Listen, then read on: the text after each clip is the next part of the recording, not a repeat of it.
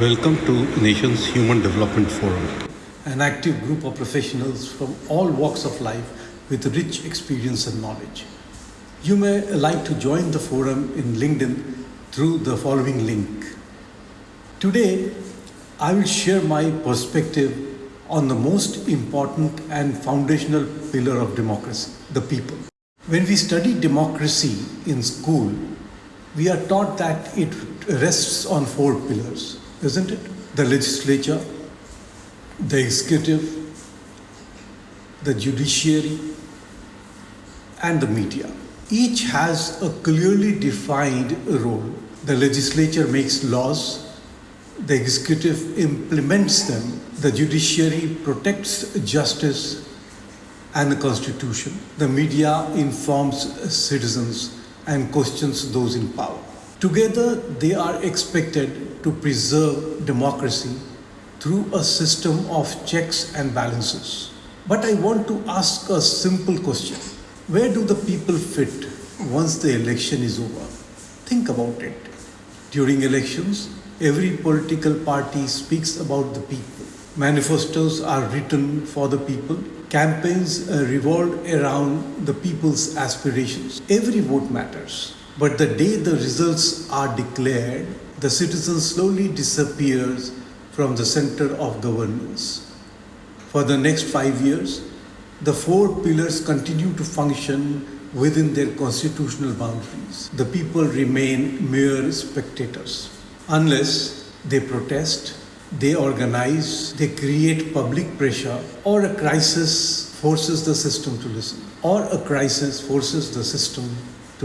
Should democracy really work this way? Or should citizens have a continuous voice in shaping governance? Let's reflect on each pillar. The legislature represents the people, yet political competition sometimes overshadows meaningful public debate. The executive is meant to serve citizens, yet bureaucracy can occasionally become more process-oriented than people-oriented. The judiciary is the guardian of justice, but delays and accessibility remain challenges for millions. Media is rightly called the fourth pillar. It has empowered democracy enormously. Yet commercial pressures, sensationalism, and political polarization sometimes compete with its responsibility to inform objectively. None of these institutions are important. These are indispensable. But every one of them exists for one purpose: to serve the people. And that brings me to what I believe is democracy's missing conversation: the people themselves. Ironically, the strongest source of democratic legitimacy is often its weakest participant. Poverty, limited education, misinformation, economic dependence all reduce the ability of ordinary citizens to participate meaningfully between elections. This imbalance unintentionally strengthens institutions while weakening the very people they are meant to represent. Some countries have attempted to bridge this gap. Switzerland regularly conducts national referendums, allowing citizens to vote directly on important public policies. Even a small country like Estonia has built one of the world's most advanced digital governance systems, enabling continuous interaction between citizens and government. Brazil pioneered participatory budgeting, where residents directly influence how public money is spent. These examples do not replace a representative democracy, they strengthen it. India has also made significant progress.